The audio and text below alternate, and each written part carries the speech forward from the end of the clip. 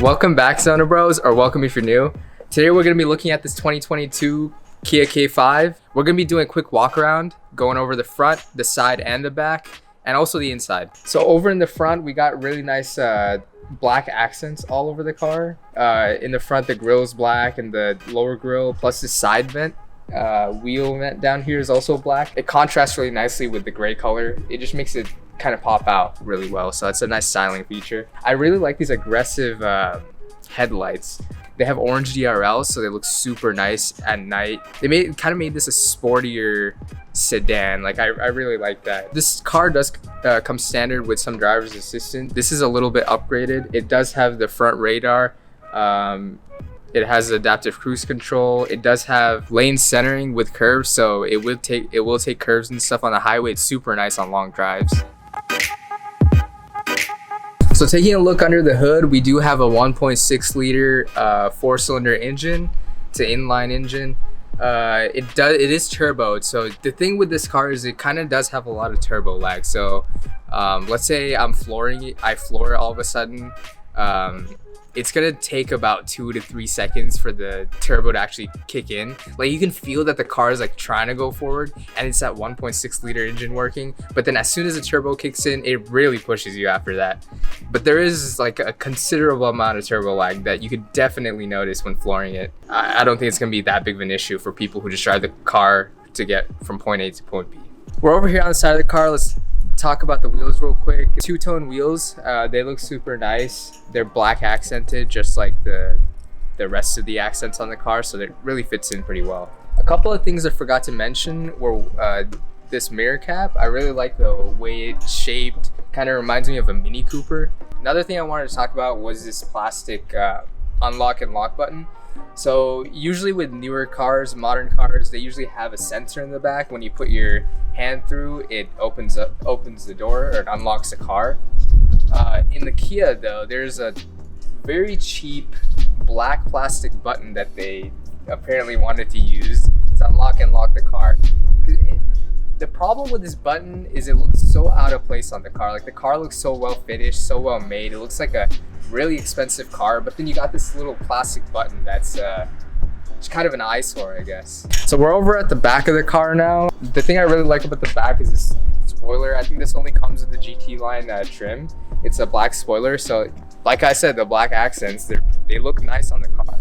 Down on the bottom, we got fake vents, which they don't look that bad. You can't really tell it's fake unless you really bend down and go see the actual tailpipe. Let's head over to the inside now. We're done with the back, and yeah, we'll talk about a little bit about the infotainment, the dash, and just the seats and the overall like materials on the inside.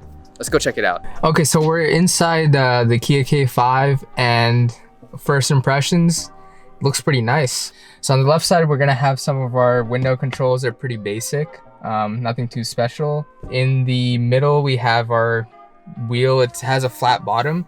I don't know if that's a feature of the GT line or if the other models, other trims also have that. But that's pretty nice to have in like a sportier version of the car, I guess. I really like the gauges. There's no digital gauge cluster on this, so there might be an option for a digital gauge cluster, but this car didn't come with that. But it does have a digital screen in the middle. It's just not, the entire thing is not digital. So on the left side of the steering wheel, we have some basic phone controls, and on the right side, we have some cruise control settings. So pretty basic compared to other cars, nothing too special there. Once we get to the infotainment, it's a nice 10.5-inch screen. I think this is an upgraded screen compared to the base screen. The base is a bit smaller. It's a nice touchscreen. The UI is really nice, responsive. It has Apple CarPlay and Android Auto, I believe. This 10.5-inch system, you have to connect for CarPlay, but I believe for the 8.5, I have to check again, but I believe that it can be done wirelessly. Then in the center, you still retain all of your switches for climate control, which is really nice. They don't integrate that into the screen, which kind of makes sense because like you don't really have a tablet size screen on here, so you wouldn't really think that they would put the HVAC controls on there. So we go further down and we have the shifter pretty nice shifter, nothing too special about it. Then you have a drive mode selector. So this car does have 4 different drive modes. So it has smart, normal, sport, and custom. In the center console, you also have a wireless charger, which is really nice for your phone. If you use that wireless charger, I don't think you can plug your phone in. So you can't use CarPlay. So you have to plug your phone in for CarPlay if you have the 10.5-inch screen. All right, so heading up to the top of the car, the rear view mirror. It's a bordered rear view mirror. It's kind of old though. I feel like this is another corner that Kia kind of cut. So it doesn't even have an electronic sensor to like dim the headlights of the rear car. So you'd have to flip this switch to turn it into your nighttime mirror. So we got lights up here.